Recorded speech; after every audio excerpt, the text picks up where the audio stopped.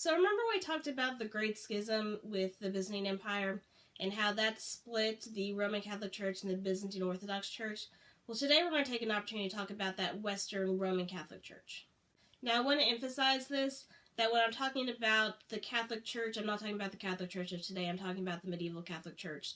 So while there are some things that I say that are still relevant to the Catholic Church today, do not put this whole entire lecture on the Catholic Church today. There have been many reforms of the Catholic Church, and it's not the same church that it was in medieval times.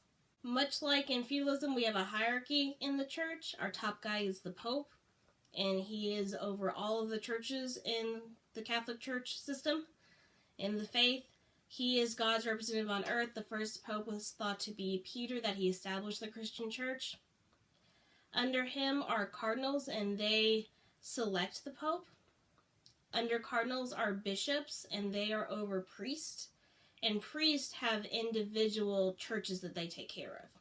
And so it's kind of a report-up system. So if there's a problem with the church, the priest goes to the bishop. And if the bishop can't handle it, he goes to the cardinal, etc. Under the priest are monks and nuns. This is the only position where women can be in the church, have a position in the church. And they do the everyday grunt work of the church. They are the people that keep the records, that go out and serve the poor. There are 7 sacraments in the Catholic Church. I'm not going to go into all of them. Sacraments for the Catholic Church equals salvation. So to get salvation in order to go to heaven, you must receive the sacraments in the Catholic Church. In Protestantism, in most Protestant churches, there are 2 sacraments, communion and baptism. Again, there are 7 in the Catholic Church. On top of communion and baptism, you also have confirmation, marriage, ordination, confession, last rites.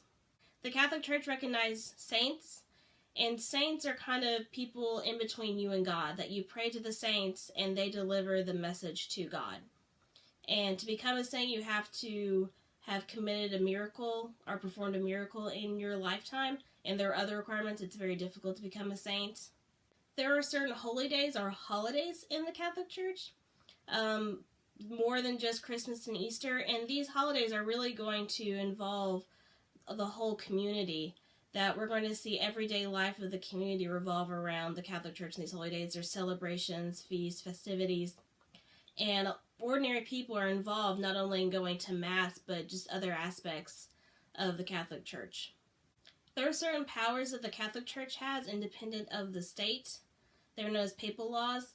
And for one thing, the state gets its power from the church in medieval Europe.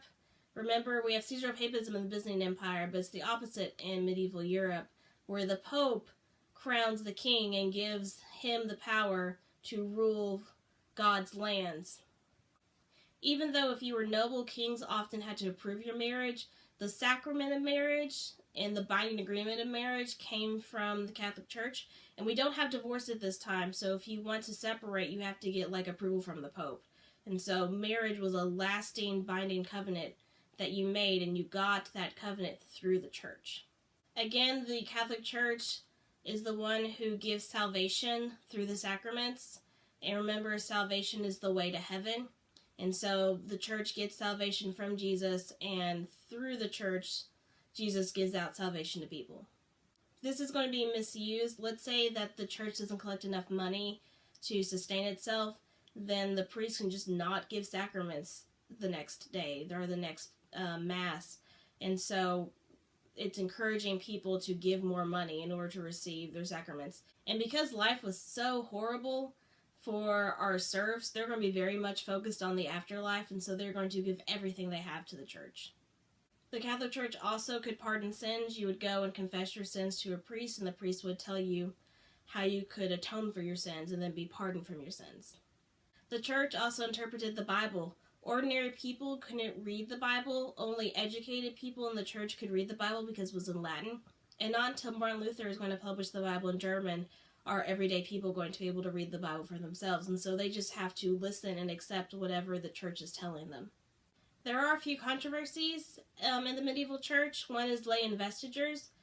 Let's say that you're applying for a position at a hospital right after getting out of medical school. But the guy who gets the job is just some guy off the street because he happens to be buddies with the director of the hospital.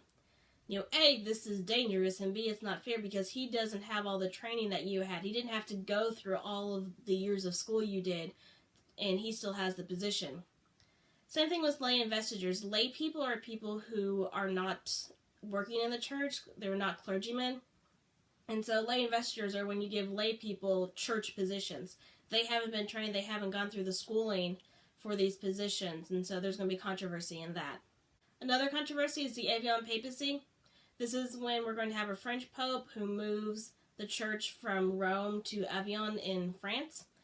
And the Italians aren't happy with that, and so they get another pope, and before you know it, we have 3 popes.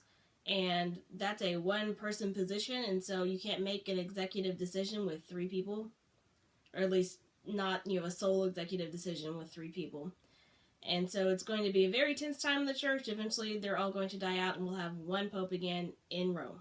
We have a movement known as Scholasticism that comes about in the medieval church, and the main guy for this is going to be Thomas Aquinas. And Scholasticism is going to combine reason and theology.